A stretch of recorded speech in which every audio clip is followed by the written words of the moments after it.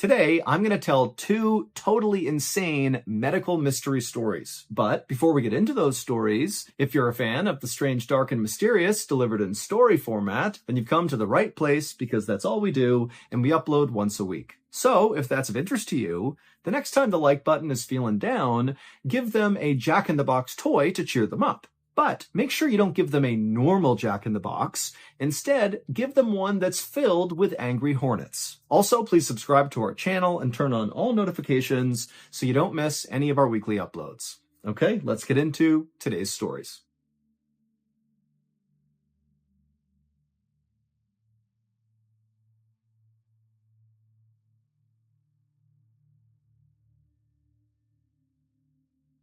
On November 2nd, 1848, a German doctor named Karl Heinrich August von Bureau was just opening up his private medical practice in East Prussia when a teenage boy burst in through the doors looking totally frantic. Before the doctor could ask any questions, the teenager blurted out that another boy in town needed his help right now. When the doctor asked, what does the boy need? The teenager would say, well, the boy is honking like a goose. For a second, Dr. von Bureau thought this might be a joke, but then he saw the look on the teenager's face, and he could tell he was very upset and very serious. So the doctor grabbed his bag, and he ran outside with the teenager, and they hailed a horse and carriage, and they told the driver to hurry up. When Dr. von Bureau and this teenager arrived at the honking boy's house, the honking boy's mother came running outside looking totally flustered, and she flagged down the doctor and then brought him inside her house. And as she led the doctor through the home towards her son's bedroom, she explained what was going on. She said her 12-year-old son had been outside playing with his friends when suddenly he had developed this really intense coughing fit, kind of out of nowhere.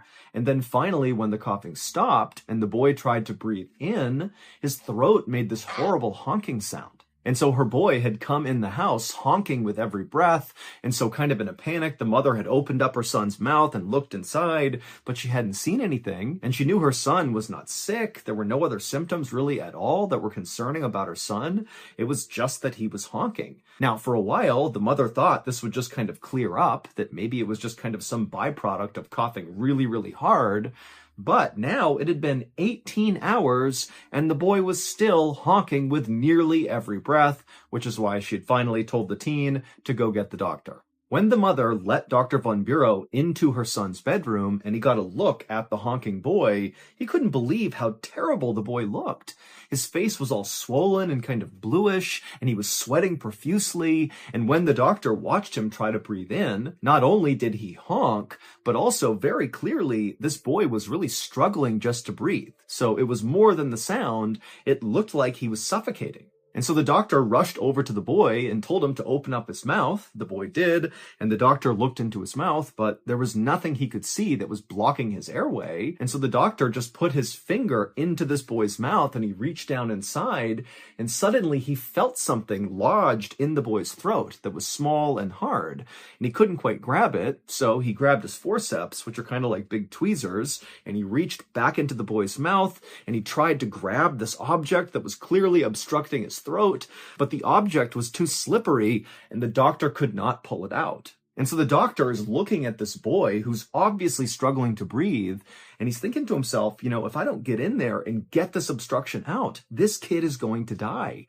And so the doctor made a decision right then and there to perform an emergency tracheotomy, which is a surgery where you basically cut a hole in someone's neck in order to create a hole in their throat to let air go in. But in this case, the doctor was just opening up his throat to try to get to this object. And so the doctor pulled out his scalpel and he performed the tracheotomy on this boy. He opened up his throat, and when he looked inside the hole into this boy's throat, he saw the obstruction. It was like this pink, small, hard object. And so the doctor just reached in, scooped it with his finger, and pulled it out. And right away, the boy could breathe again. He was not honking anymore. It was obvious that this fixed the problem, but the doctor and the mother are just looking at this object in the doctor's hand, having no idea how to react to this because it made no sense. The object that was trapped in this boy's throat that was making him honk like a goose was a literal goose's larynx. The larynx is a hollow tube in your throat that helps you make sound. In humans, we call it the voice box. And right before this boy began honking, he was playing a game with his friends that involved taking recently severed goosenecks and blowing through them like they were trumpets. And at some point, as this boy was doing it, he began to cough for some reason. And on the inhale, during one of these coughing fits, he had this gooseneck in front of his mouth. And so when he inhaled suddenly, he inhaled the goose larynx. And so that was why he sounded like a goose. He literally had a goose's voice box in his throat. Luckily, the honking boy would make a full recovery.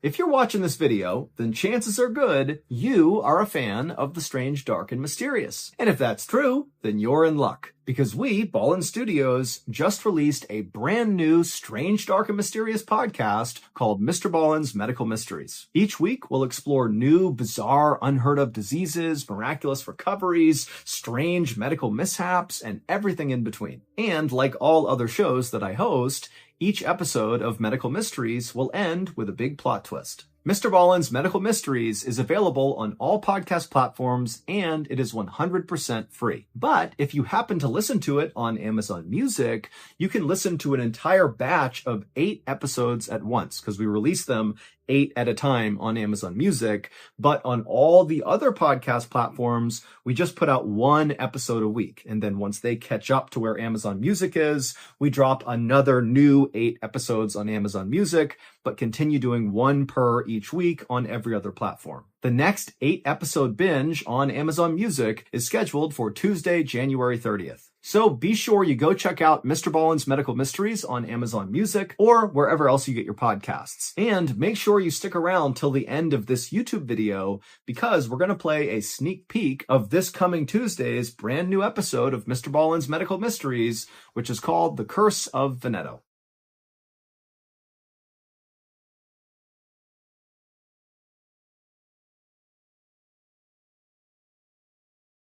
On the afternoon of February 1st, 2013, a retired Army veteran named Robert Smith limped his way into the emergency room at the Veterans Affairs Medical Center in Washington, D.C. Robert checked in at the triage desk, but then instead of sitting down with the rest of the patients who were waiting, he leaned up against the wall and just grimaced. Robert was in his late 60s, and up until just a few days ago, he felt like he was in the best health he had been in since leaving the service. Robert had gotten a kidney transplant a year and a half earlier, and after getting that operation, he really wanted to make sure he stayed healthy, and so he had been going on regular walks and eating healthy, and so really he was doing great. But a few days ago, Robert had noticed this throbbing pain in his right hip that was shooting pain all the way down his right leg.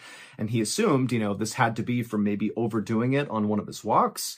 But the pain had continued to get worse and worse over the last few days. And so that was why he was finally here at the hospital. A nurse eventually called Robert's name, and so Robert, he came off the wall and hobbled over to her, and she led him down a hallway into an exam room. Once they got inside the room, the nurse would take Robert's vitals, which were all normal, and then after doing that, she said she was going to go out and get the doctor. A couple minutes later, the doctor walked into the room, and she reviewed Robert's chart and talked to Robert about his symptoms, and then afterward, she concluded that very likely what Robert had was something called sciatica. Sciatica is pain caused by pressure on the sciatic nerve, which travels from the lower back down each leg. And while sciatica is definitely very uncomfortable and very painful, it's not usually a big deal, and it typically clears up on its own without treatment. And so the doctor told Robert that he should just go pick up some ibuprofen, so over-the-counter pain medication, and take that every couple of hours and just wait for this thing to pass, and then he'd be fine.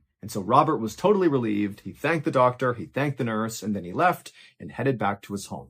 But despite doing what the doctor said and taking pain meds and just kind of taking it easy, the pain in Robert's leg did not go away. And then on the morning of February 4th, so 3 days after Robert's trip to the ER, he woke up and not only was his right hip and leg still sore, but now when he tried to stand up, he couldn't put any weight on his right leg. It just felt too weak and it was kind of tingly.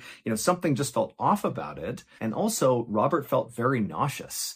And so Robert told himself that, maybe what was going on here is he was taking too much ibuprofen and it was upsetting his stomach. And maybe it was also affecting his leg negatively or something. He didn't know. And so that day he just sat on the couch and watched TV trying to tell himself that he was okay. It's just sciatica, take a little less pain meds and you'll be okay. But that didn't work because the next day when he woke up, he was in even worse shape. Now he not only had this pain and weakness in his right leg and he had nausea still, but also he now had this new pain in his abdomen that was located right around where the scar was from his kidney transplant.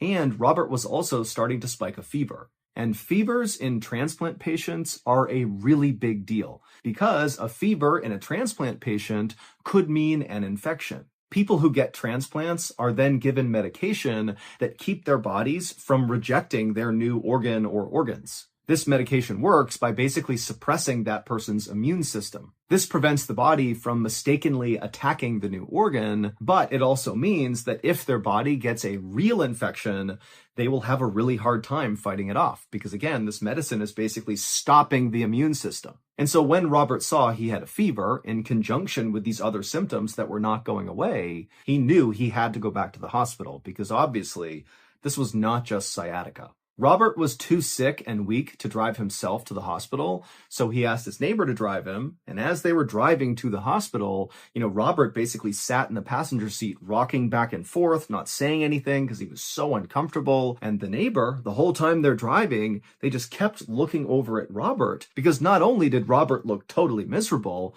but also Robert was sweating profusely, like so much so that it looked like he had just sprinted a 5K. I mean, he was drenched in sweat. And so the neighbors looking at him thinking like, what's wrong with this guy? Finally, the neighbor arrived at the hospital and Robert, he managed to get out on his own and he thanked the neighbor. And then Robert hobbled his way back through the doors into the ER. And then a few minutes later, Robert was in an exam room and his doctor walked in and she took one look at him and saw how horrible he looked. And without any hesitation, she said, "You're getting admitted right now."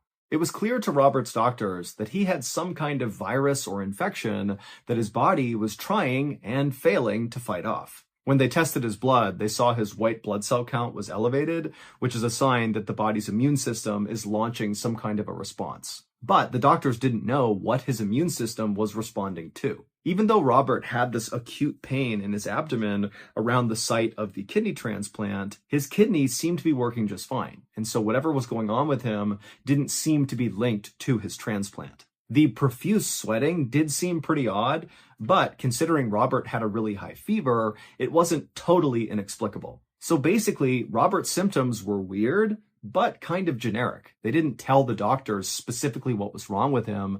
They just knew something was wrong. So they just hooked Robert up to an IV and began administering a broad spectrum antibiotic, which is something that treats a whole variety of different infections. And then after that, the doctors just began testing Robert over and over and over again for all these different things that could be the cause for his illness. But every test they ran came back negative. And at the same time, over the couple of weeks that they ran all these tests, Robert just kept getting sicker and sicker and sicker. His fever wasn't going away. He was still sweating profusely. His blood pressure was all over the map.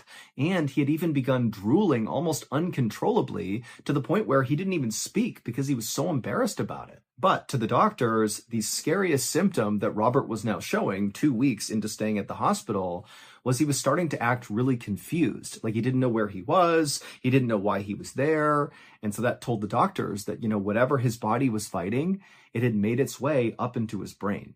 And so the doctors knew, Robert did not have much time left, but they had tried every test they could think of, and Robert had tested negative for all of them. And so, as kind of like a Hail Mary, because they had nothing to lose, the medical staff decided to just start testing Robert for basically completely random diseases that he almost certainly did not have. But basically, if any of these illnesses had a symptom that Robert had, they would test him for it.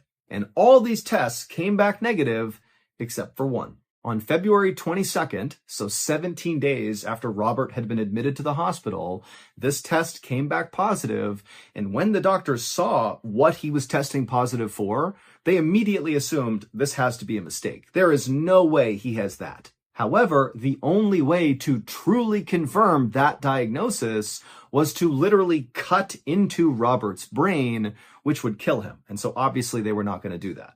So the doctors basically just had to take this diagnosis at face value, and they tried giving various medications to Robert, but it was obvious none of them were working. And so the doctors felt like there wasn't much they could do, and they just began focusing instead on keeping Robert comfortable. And then finally, on February 27th, so 22 days into Robert's stay at the hospital, he would die from this mystery illness. During Robert's autopsy, the medical examiner was able to perform that test that doctors could not perform on him when he was alive, and that was to cut into his brain. And when the doctor cut into his brain, he saw very clearly, without a shadow of a doubt, that yes, Robert really was positive for that very, very rare virus, and it absolutely is the thing that killed him. But this was not the end of the case, because the virus that killed Robert was not just rare, it was also highly contagious, which meant the doctors needed to figure out how Robert got this virus to protect other people from getting it too. But the staff at this hospital knew they were not equipped to lead this investigation, and so they handed the case over to the Centers for Disease Control, or the CDC, which is the world's leading disease tracking agency. Investigators for the CDC began looking into Robert's case a couple of days later. They sifted through the days and the weeks leading up to Robert's hospitalization in an effort to try to retrace Robert's footsteps to figure out what made him sick. Now, they didn't have any leads. The only thing they agreed on was that very likely, even though Robert had that pain around his scar where the transplant was, that very likely the transplant did not have to do with whatever killed him, because Robert's kidney had been working fine and his transplant had happened 17 months earlier, and typically complications from transplants will happen much sooner. And so they basically had ruled the transplant out as being the cause. But one of the CDC investigators decided to look into the transplant file anyways, just to see if maybe something got missed, or if maybe there was some detail about the donor that was relevant to what happened to Robert. And so this investigator got the file and began going through it. Robert's donor's name was William Edward Small, and at the time of his death, he was 20 years old and serving in the Air Force. Now, none of that stood out to the CDC investigator, but William's cause of death definitely did. Even though it really did not appear to have a connection to Robert, it was just so weird and unexpected. The CDC investigator would read that back in September of 2011, William was out fishing in the Gulf of Mexico, and he caught a fish, and he ate that fish, and it gave him something called ciguatera poisoning. Ciguatera poisoning is something you get when you eat a fish that contains microalgae toxins. And so William, he ate this fish that was contaminated, and not long after that, he had died. But when the CDC investigator read through all of William's symptoms before he died, they basically exactly lined up with all of Robert's symptoms. William had developed pain and weakness in his extremities. He developed a very high fever. He became nauseous. He also lost the ability to swallow, and then he became totally confused and then died. And so when the CDC investigator saw this incredible coincidence, she knew she was onto something, but first she would need more information about William. And so very quickly, the CDC got in touch with William's family, and they asked them all these questions about William. And finally, after hearing the answers from the family, the CDC finally figured out what actually happened to Robert and what actually happened to William. It would turn out William was not just a fisherman, he was also a hunter and a trapper. And he had a very specific way he would go about training his hunting dogs. He would capture wild raccoons and use them as live bait to train his hunting dogs how to hunt. Now, William was always very cautious with these wild raccoons, but in the year and a half leading up to his death, he was bit 2 different times by raccoons. And it was one of those 2 raccoon bites, not some toxic fish in the Gulf of Mexico, that killed William and killed Robert. William did not die from ciguatera poisoning. He died from rabies, and the rabies virus that was in his kidney was still present when it was taken out of his dead body and transplanted into Robert's body. And so that was how Robert got rabies. Rabies can look like the common flu at first, People feel achy and nauseous, they get fevers, their stomach starts to hurt. Some people affected by rabies will drool uncontrollably, like Robert, or they'll lose the ability to swallow, like William. But for everybody who contracts rabies and who does not get a vaccine right away, because a vaccine does stop rabies in the early stage, so if you don't do that, everybody dies. That's what rabies does to you. It kills you. Now, you'd think, maybe we should be testing organs for rabies before they get transplanted, but you got to remember that rabies is so, so rare. Only 1 or 2 people a year in the entire United States will die from rabies. And so it's just not something doctors are going to screen for because the percentage chance that they could have rabies is basically 0. Ultimately, Robert was not the only person who received an organ transplant from William. There were 3 other people that received his organs. Luckily, though, the CDC was able to track those 3 people down, and all of them were totally healthy and not showing any signs of rabies, so either they didn't have it or they were super early stage, which meant they were eligible for the rabies vaccine. They all got the vaccine, and they lived happily ever after. As promised, here is a sneak peek of this coming Tuesday's brand new episode of Mr. Ballen's Medical Mysteries. The episode is titled The Curse of Veneto. Enjoy. In the summer of 1983, a middle-aged Italian man held his mother's hands as they swayed about on a dance floor.